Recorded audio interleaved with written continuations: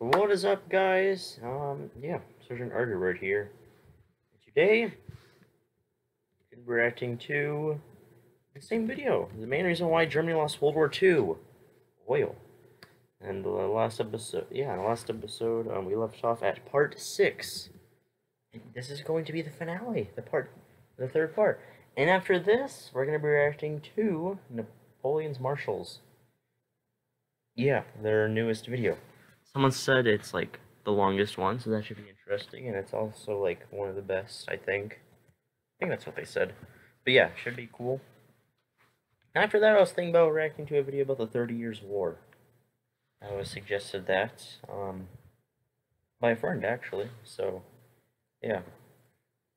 But let's get started. Oh, god dang it. I got to use my microphone. Frick. Hold on, guys. I am such a donkey.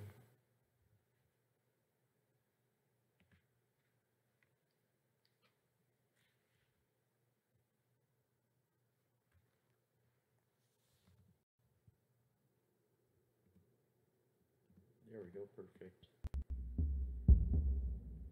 Now, some of you will be thinking that Germany carried on the war until 1945 and that its economy didn't I asked this question in like part 1, I think. Yeah, like wow, how are they able to carry it on until 1945? Like read it, guys, read it. run out of fuel. No economic collapse, 1943 to 1945. So yeah. Carried on the war until 1945 and that its economy didn't collapse because of a lack of oil resulting from not capturing the Caucasus. I mean, probably because they were like, probably because they weren't really attacking at that point. They were more just on the defensive. And, you know, as they started to lose territory, like, they didn't really have to use resources occupying them, and keeping their people, and giving their people the resources and stuff. So maybe that's part of it, I don't know. This is true, but that doesn't mean they weren't chronically short of oil. Synthetic fuel allowed Germany to wage war, but not to win it. Germany's economically illiterate generals scoffed at economic advisors who urged the conquest of the Caucasus by pointing out that Germany managed to carry on the war until 1945 without ever securing the Caucasus oil. Well, technically they did for like a little bit, and they secured part of the Caucasus. Also, I probably needed to oops, what did I do? I also need to turn up I also decided to turn up the volume, because in my last video, I watched it while I was editing, and the video was really quiet. And, yeah, I was really loud, and the video was really quiet. But at no point after the failures of 1941-42 did Germany ever possess the opportunity to end the war on favourable terms. Rather, Axis Europe had to spend the rest of the conflict labouring under constant shortage of energy, which constrained economic productivity and reduced military effectiveness. Hayward also points out that the German economy didn't collapse, and that even some of the economic reports about the lack of oil were a little bit exaggerated. However, there are reasons the Germans continue to fight. Italy defected to the Allies, so the Germans captured Italian oil reserves. They also ramped up synthetic oil production, which helped massively, although was never going to be enough. They're also fighting a mostly defensive war at this point, so fuel isn't getting used as much. There's also a reduction in the number of fighting vehicles. Some Luftwaffe training regimes were closed because of a lack of fuel, and the Luftwaffe as a whole was suffering from a chronic lack of fuel. During the Battle of the Bulge, the Germans were relying on capturing Allied fuel stocks, and Piper even drove half-tracks through minefields to clear them because, well, they'd run out of fuel. The weapons of war are useless when you don't have the fuel to run them, which is why it was a sound strategy to drive half-tracks over mines. And there's other examples, but essentially the economy didn't collapse until the US Air Force hammered the synthetic oil plants in late 1944 and 1945. And this whole oil crisis explains some of the other aspects of the war, including Hitler's stand-fast orders. People don't seem to understand Hitler's stand-fast orders. His generals were the most vocal on this subject, even going so far as to call him mad. That argument is convincing from a tactical point of view, but not from a strategic point of view. Yeah, Stalin had like a similar thing, and I mean, it looked like it worked. You know, the Germans seemed to stop. Hitler says he either takes Mayerkop and Grozny or must end the war, and so he takes them and then holds on to them for dear life, hoping to simultaneously extract oil and starve the Soviets of oil. Where does he starve them of oil? The Volga at Stalingrad. Now, it can be argued that Stalingrad wasn't necessary for this. They could have gone south of the city and blocked the Volga there, and I agree. However, once committed at Stalingrad, Hitler's reasoning for standing fast on the Volga is kind of understandable. Not just from a tactical point of view, but from a strategic point of view. He's trying to block the oil shipments up the Volga, and not withdrawing from the Caucasus makes sense because he's trying to... What the heck? Whoa! Guys, are you seeing this?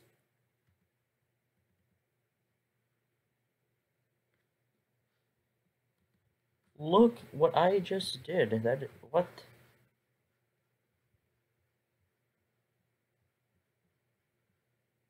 Apparently, if you press Control U, this happens.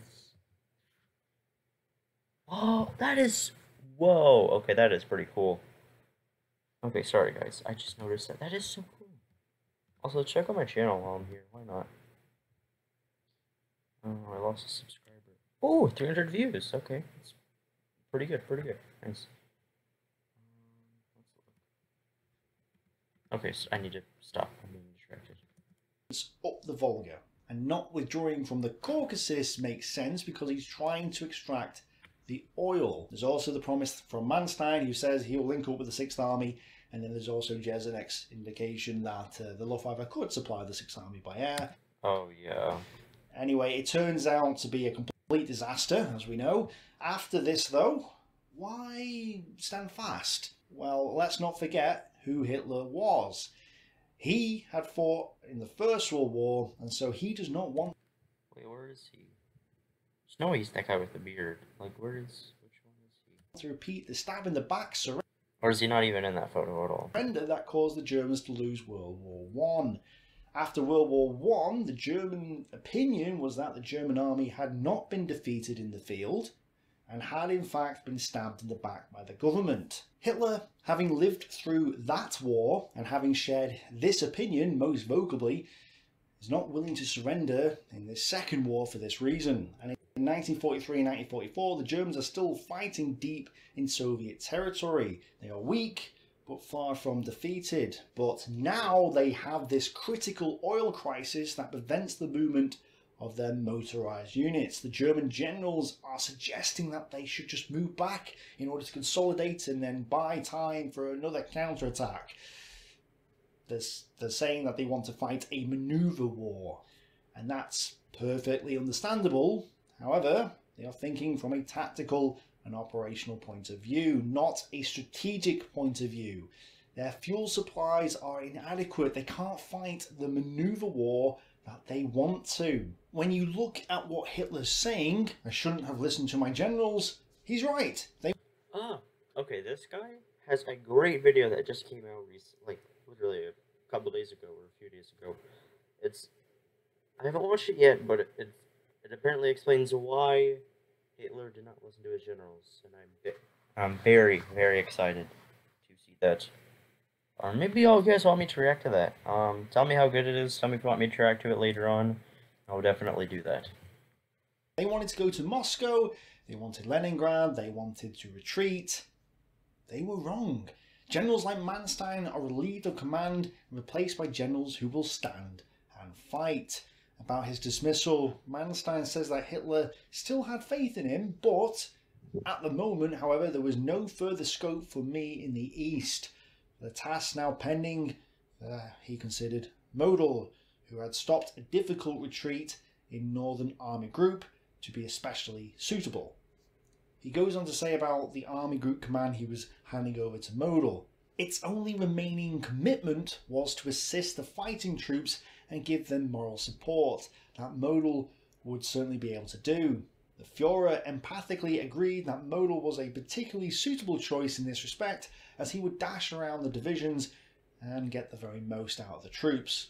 Manstein was the old manoeuvre warfare general, whereas Model was the type of defensive general who would stand and fight to the last. This is why Model was known as the Führer's fireman, because he was constantly putting out fires throughout the Eastern Front. The point being that there was no fuel left to wage the manoeuvre war that Manstein was good at, and that the war had moved to an attritional defensive battle stage. Hitler recognised that, and he also couldn't surrender as stated. So really, what choice does he have other than to stand and fight? He's playing for time because that's all he's got left, and he's hoping for miracles. That's not the thoughts of a madman. This is his only option. If he surrenders, he's dead. So he has to keep fighting. Given the situation strategically, this is his only option, and he's not mad for taking it. He's desperate and he's clutching at straws, but he's not mad. The oil crisis dictates that this has to happen. I also think it's interesting that up until late 1942, Hitler is mostly willing to listen to his generals and mostly willing to allow them to do what they think's best. Yeah, actually, one of the reasons why he didn't point out why he didn't listen to it later on was because, like, in France, they almost got annihilated. They almost got encircled. They were so stretched out and stuff. So that's one of the reasons why Hitler wanted to, like, not have them, like, just do whatever they wanted. They wanted to have it more centralized. Stalin is the opposite of this, and yet during the Battle of Stalingrad, Stalin and Hitler seem to swap personalities. Hitler becomes less willing to listen to his generals and less willing to allow them the freedom of action they want. Stalin does start listening to his generals and does start allowing them to make their own decisions. It's as though both dictators realised at the same time that the tide had changed, that Hitler had lost the war and Stalin had won it. And it isn't just because of the fall of the Ukraine and the food or the coal or the other aspects. And it's not because the Wehrmacht was defeated. It was because Hitler had not taken the oil and not won the oil rush. And he had spent his last energies trying to get there. Once this is realised, both seem to swap roles. And that to me is very interesting. There's obviously a lot of factors going on here, but that change of personality indicates that the tide of war had changed. Now, of course, Hitler had been stubborn before this, and sometimes his decisions don't seem to make much sense on the surface, such as Dunkirk. Oh yeah, he does a whole video about Dunkirk. I've watched it before. It's very good. Why allow the British to withdraw from Dunkirk? Now, I'm going to hold my hand up in here and just say that I'm only suggesting that this is a factor. And I'm not saying this is the absolute 100% the only reason for this. I'm only suggesting that this should be factored in to the debate about Dunkirk. Okay, I'm going to suggest that some of the historians who say that Hitler did it for political reasons because he is trying to appease Britain may have been right. Why would he try and appease Britain? Britain, by fighting on, is no real threat to Germany, at least not by itself. Its army is small, they're struggling in North Africa against the Italians and then later Rommel and his 3 divisions, and its air force is good but not able to seriously hurt Germany at this time. But what the British have is the Royal Navy, and Hitler knows what they'll do with it. Blockade. Just like they do in the First World War, Germany is blockaded. Shipments of oil from the United States and Venezuela cease, and this is the ticking time bomb for Germany.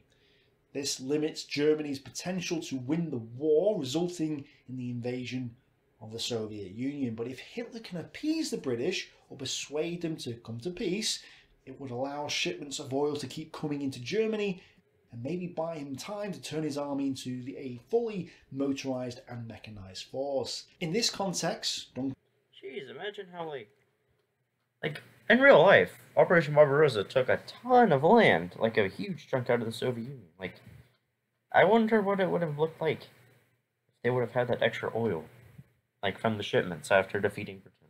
That would have been very interesting. Dunkirk makes sense.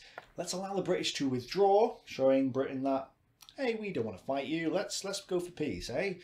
This is Hitler trying to win the British over. But, of course, Churchill has none of it. Okay, fine, so let's threaten to invade and then put political and economic pressure on Westminster to peace out by bombing them and then sink their ships. Hitler doesn't need a victory, he just needs peace.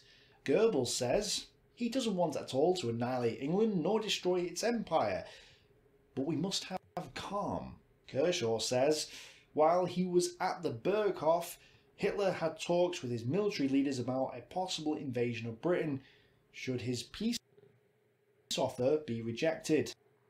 Yeah, there's no way you could invade Britain at that time. At these discussions, an invasion was still seen as a last choice rather than a first option. As Richard Overy states, he was forced to attack the Soviet Union because Britain's stupid chiefs refused to make a sensible peace. Perhaps, he reflected, he should have struck south, seized Gibraltar, and swept into... That would have been difficult to invade that very tiny place. ...to the Near East to smash British resistance. Dunkirk, in this context, makes sense. Allow the British army to withdraw. It's not really a threat anyway, and we don't really want to invade England. And then try and get the British to accept peace. Oh no, I don't know if you heard that, but my headphones got very slow. Perhaps this is why Hitler stopped the Panzers. If the British can be persuaded to come to terms on the peace table, the blockade will be lifted and Germany will have access to more oil. Maybe this was for economic reasons. In his biography of Hitler, Kershaw suggests that this wasn't the case and that Dunkirk was in fact a purely military decision. In Schirer's Rise and Fall of the Third Reich, he has a debate about it, citing our beloved Halder over and over again, and seems puzzled when some generals suggest that Hitler was happy to let the British Empire live on. Halder, of course, says Hitler was at fault and that it was his military decision, although admits that there were second political decisions. You're seeing like such a pattern with Halder. Like, I don't know, seems like he was pretty awful. And reasons as well. Halder blames Goering and sides with Rundstedt, who says he wasn't the one who sided with Hitler, even though he did, and there's other generals as well that seem to be on Hitler's side in one account and then not in another, and it's a whole... The debate goes on, it's a massive mess. And really, it does deserve a video on its own, but I'm going to suggest that Hitler had the oil situation in the back of his mind as well. And in that context, it adds weight to the idea that Hitler was trying to appease the British. In that sense, he does not need victory, he just needs peace. Again, I'm just suggesting that this was a factor, not necessarily the only factor. Right or wrong though, I would love to hear your thoughts on this point, so let me know. Conclusion. Oh, wait, what? We're already on the sun, what the heck? 90% of the world oil supplies were controlled by the Allies, so deficient... Wait, what? 90%? Well, at what time period, though? Like, that's probably important. Like, before World War II? And how many allies? I don't know. But that's kind of a dumb thing to say. Like, it would have been nice... Because like, the amount of allies and the amount of land they control changes. And same with the Axis, like, over time. With the Axis powers of oil, they were willing to wage war to obtain it. This was the Axis Achilles heel. The British decision to keep fighting in 1940 results in a blockade of Europe that prevents oil from getting to Germany. Hitler is therefore forced to fight a war with the Soviet Union, which does... Dang. It's almost similar to, like, it's almost similar to Japan. Like, it's very similar to Japan's situation. Like, Britain blockaded Germany, and the United States blockaded. Oh my god. I don't know if you could hear that, but I keep saying very low, and it's annoying. But Britain blockaded Germany, the United States blockaded Japan.